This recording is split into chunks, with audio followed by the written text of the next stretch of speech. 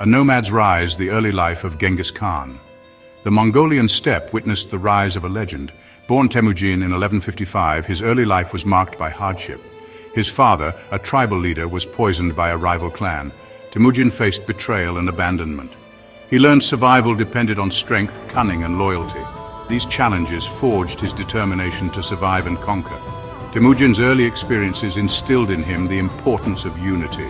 The Mongol tribes were fragmented and easy prey for enemies. Temujin knew the Mongols needed to unite under one banner. He forged alliances through strategic marriages and military prowess. His reputation as a skilled warrior and leader grew. His rise to power faced setbacks. He faced betrayal and capture by rival tribes. Each challenge strengthened his resolve. He escaped captivity and rallied his followers. He united the Mongol tribes in 1206. At a grand assembly, he was titled Genghis Khan. Forging a nation uniting the Mongol tribes. Genghis Khan's first act as Khan was to establish a unified legal code, the Yasa. This code promoted meritocracy over traditional tribal hierarchies. Loyalty, obedience, and merit were rewarded regardless of ethnicity or social standing. This approach fostered a sense of unity and purpose among the diverse Mongol tribes. It also laid the foundation for the efficient administration of his burgeoning empire. Genghis Khan understood that true strength lay in unity and discipline. He broke the traditional power structures of the Mongol tribes, replacing them with a meritocratic system. He formed a powerful army, bound by loyalty to him personally rather than to clan or tribe.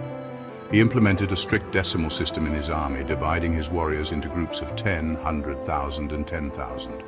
This ensured efficient command and control, even on vast battlefields. He also promoted officers based on merit, not lineage, creating a highly effective military hierarchy. His unification of the Mongol tribes was not just a military achievement, but a social and cultural transformation.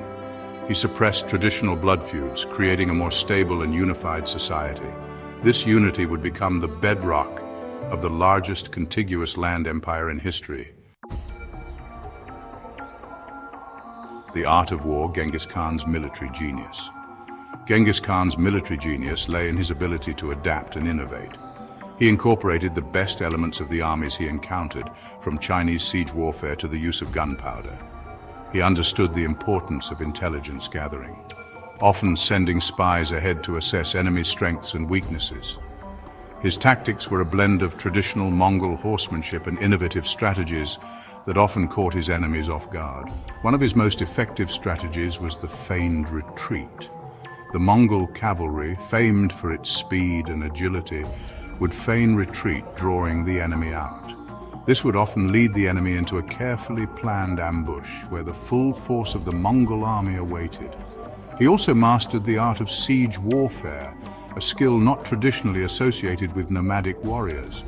His engineers developed powerful siege weapons, catapults, and battering rams, which proved decisive in capturing fortified cities.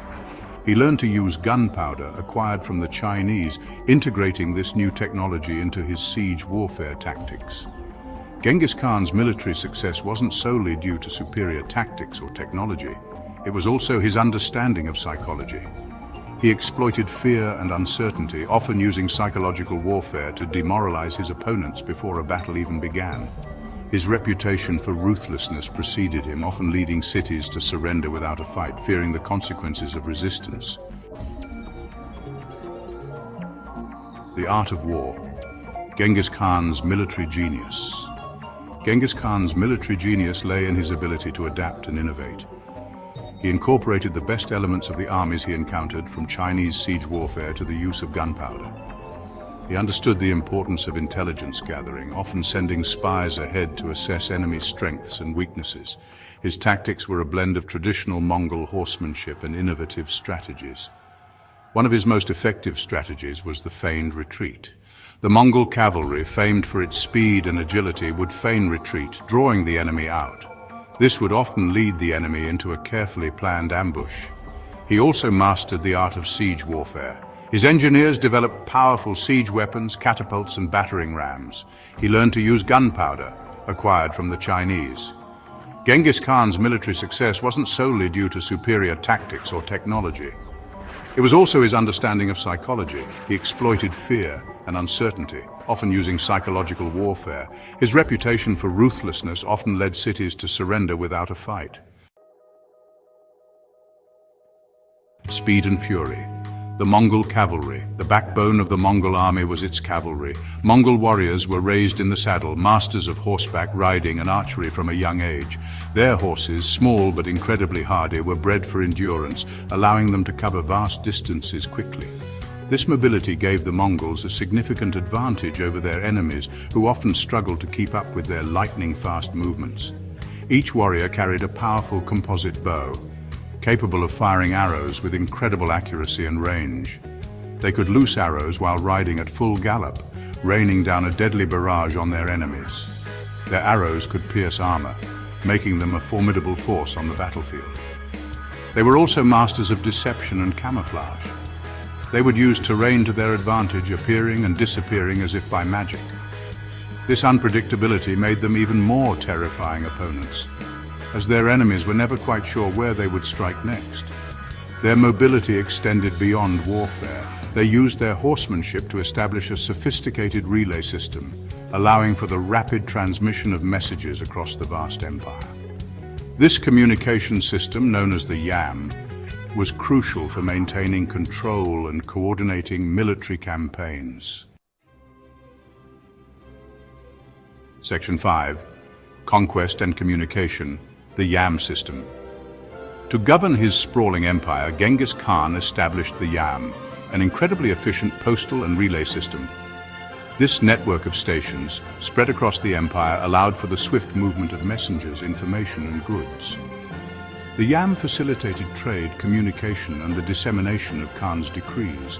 The Yam system wasn't just a postal service, it was the nervous system of the Mongol Empire. It allowed Genghis Khan to maintain control over his vast domains, ensuring that his orders were carried out swiftly and efficiently. The Yam system also played a crucial role in facilitating trade across the Silk Road. The Mongol Pax, a period of relative peace and stability under Mongol rule, allowed for the safe passage of merchants and goods, leading to a flourishing of trade and cultural exchange between East and West. The Yam system is a testament to Genghis Khan's vision and organizational skills. It highlights his understanding of the importance of communication and logistics in maintaining a vast empire. It's a remarkable feat of engineering and organization that still impresses historians today. Section 6. Ruling a diverse empire, Mongol Governance. Genghis Khan's rule was surprisingly tolerant for his time. While brutal to his enemies in war, he understood the value of peace and prosperity within his empire.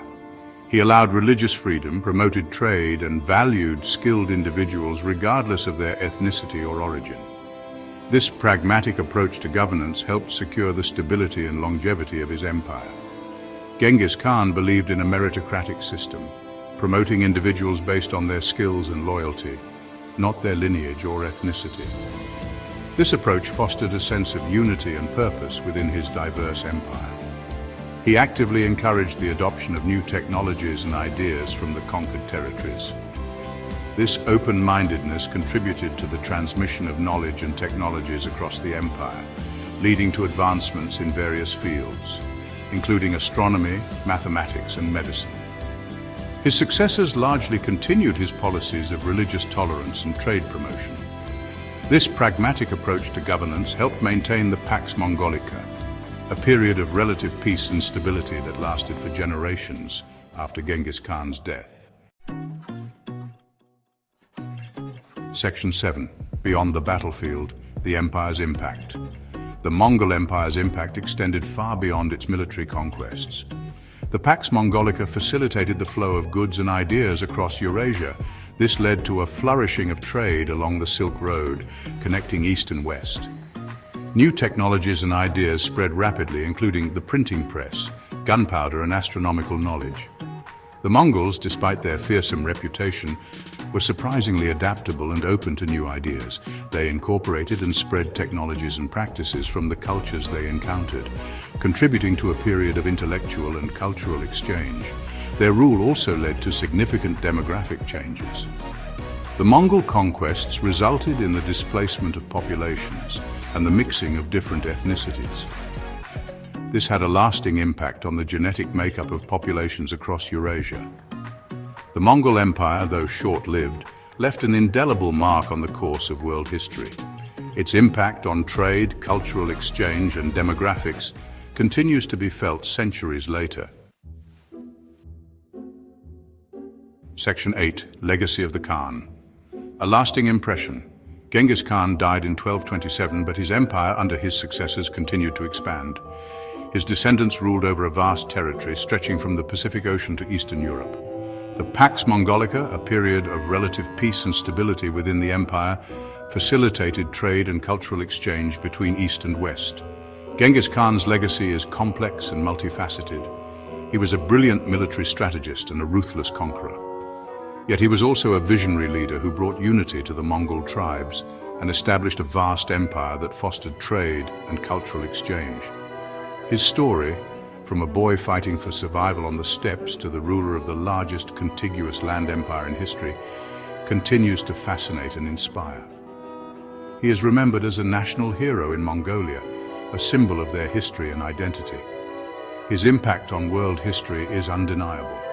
He reshaped the map of Eurasia, influenced the development of empires, and left a lasting legacy on the cultural and genetic landscape of the world. Section 9. Conclusion. Genghis Khan's enduring significance. Genghis Khan's story is a testament to the human capacity for both destruction and creation. His empire, forged through conquest and bloodshed, ultimately facilitated a period of peace and cultural exchange that had a profound impact on the course of history. His legacy continues to be debated and analyzed, a testament to his enduring significance in the tapestry of human history. The Mongol Empire eventually fragmented into smaller khanates, each ruled by a descendant of Genghis Khan. These khanates, while not as unified as the original empire, continued to exert significant influence on the regions they controlled. The Mongol Empire, though it eventually declined and fell, left an indelible mark on the world. Its impact on trade, cultural exchange, and the course of history is undeniable. Genghis Khan's story, from his harsh beginnings to his meteoric rise to power, continues to resonate across the centuries, a reminder of the enduring power of ambition, leadership, and the human desire to conquer.